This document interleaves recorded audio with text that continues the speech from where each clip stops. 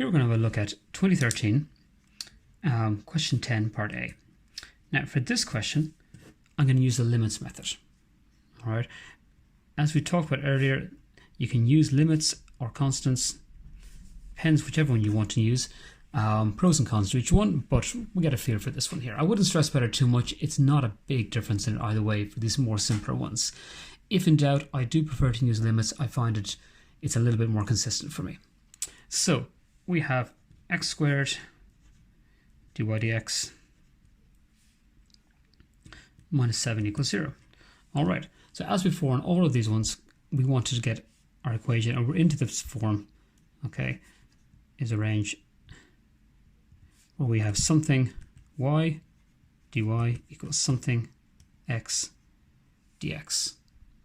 So let's bring this across. So as x squared dy dx equals 7, and then we can bring these two across here, so we end up with dy equals 7 over x squared dx.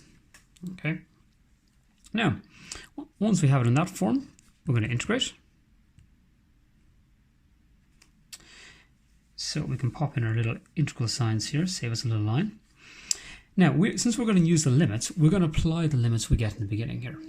So what we need to do is have a little look at our question. All right. So we know that y is 1 when x is 7, and y is unknown when x is 14. Well, when y is 1, we'll use the limit 7, and y is unknown, we'll use the limit 14. Okay. So let's proceed. Well, this one is fairly nice. It becomes y, and the way we express our limits here is just a vertical line and then y and 1. Okay, this here is going to be minus 7 over x. Remember, this is x to the power of minus 2, so if you run your normal integration rules, that'll come out fairly nicely.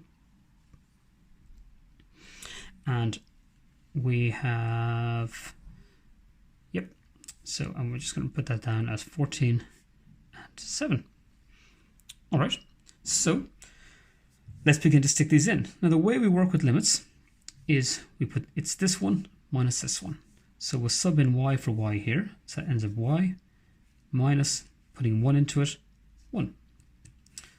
And with this one over here, we have subbing in 14. So it's minus 7 over 14 minus the next one, 7 over 7.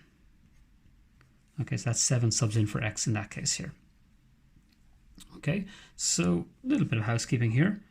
Y equals, bring this 1 across here, 1 minus 1 over 2 minus 1.